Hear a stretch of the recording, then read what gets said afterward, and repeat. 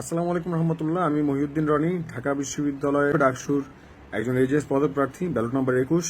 আজকে ঢাকা বিশ্ববিদ্যালয়ের শামসুন্নাহার হলের আমাদের একজন বোন নিয়নমণি আপু, বিএনপির লোকজন ফোন দিয়ে তাকে ঢাকা বিশ্ববিদ্যালয়ের ডাকসুতে যারা ছাত্র দলের সমর্থিত প্যানেলের লোকজন তাদেরকে ভোট দেওয়ার জন্য বিএনপির লোকেরা নাকি প্রেসারাইজ করছে। এটা নিয়নমণি আপুর মূল পোস্ট, এবং তিনি এখানে উল্লেখ করেছেন যে তাকে কিভাবে প্রেসারাইজ করা হয়েছে, এবং ছাত্র দলের একজন নেত্রী শামসুন্নাহার হলের আপুদের যে সেবাদাসী বলে ট্যাগ দিয়েছে, আমাদের বোনদেরকে যে অসম্মানিত করা হয়েছে, এটা তার স্পষ্ট প্রমাণ। এই ব্যাপারটা আপনারা সবাই খেয়াল করছেন কিনা জানি না, ঢাকা বিশ্ববিদ্যালয়ের নারী শিক্ষার্থীদের নাম্বার কিভাবে বাইরে লিক হলো, এটা প্রথম প্রশ্ন। তারপরের প্রশ্ন ঢাকা বিশ্ববিদ্যালয়ের শিক্ষার্থীরা কাকে ভোট দেবে না দেবে এইটা সম্পূর্ণই তাদের ব্যক্তিগত সিদ্ধান্ত।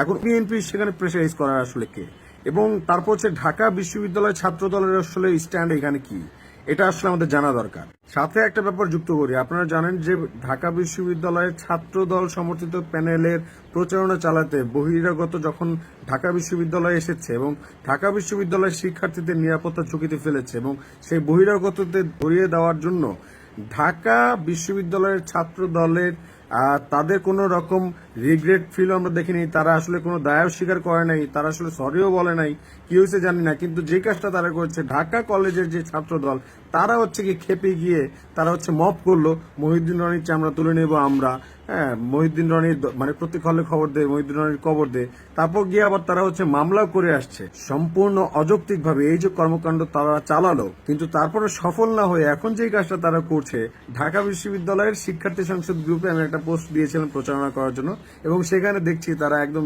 ধুমায় ছাত্র দলের ভাইয়েরা ব্যাশিং করার জন্য অপপ্রচার চালাচ্ছে, বলতেছে বাইক চুরি করছে মহিউদ্দিন রনি, বাইক এই সেই মানে নানা রকম ব্যাশিং করা বা অপপ্রচার করা বা মোরালে ডাউন করা। তো ঢাকা বিশ্ববিদ্যালয়ের শহীদ সার্জার জোহরলাল হলের প্রশাসন কিন্তু তারা ক্লিয়ার করেছে যে এই রকম কোনো কিছুর সাথে আমার কোনো সংশ্লিষ্টতা পাওয়া যায়। এই বিষয়টি কিন্তু যেই ভাইটি এই কমেন্টগুলো করছে, ছাত্র দলের ভাইয়েরা যে কমেন্টগুলো করছে, তাদের কিন্তু আমি আগেও জানিয়েছিলাম যে শহীদ সার্জন জহুরুল হক হলের পোস্ট কিন্তু এটা ডিক্লেয়ার করেছে। আপনারা সঠিক তথ্যটা জেনে নেন, আপনারা যে তথ্যটা প্রচার করছেন এটা সত্য না ভুল আপনি জানবেন না। আপনি ঢাকা বিশ্ববিদ্যালয়ের একজন শিক্ষার্থী, আপনি কি জ্ঞান পাপী?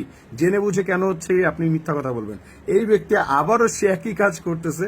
অতএব আপনাদের কাছে আমরা জাস্ট প্রশ্ন রেখেছি, এই যে নিয়নমণি আপু এবং ঢাকা বিশ্ববিদ্যালয়ের শিক্ষার্থীরা বহিরাগত এনে যারা প্রচারণা চালাচ্ছে, যারা স্বতন্ত্র প্রার্থী আছে, তাদের সাথে যে সাফ বৈষম্য হচ্ছে এবং টাকার খেলা খেলছে ছাত্র দলের ভাইরা, এই ব্যাপারটা নিয়ে আওয়াজ তোলার মতো বা ছাত্র দলের কোনো ভাইকে কিন্তু আমরা প্রতিবাদও জানাতে দেখিনি।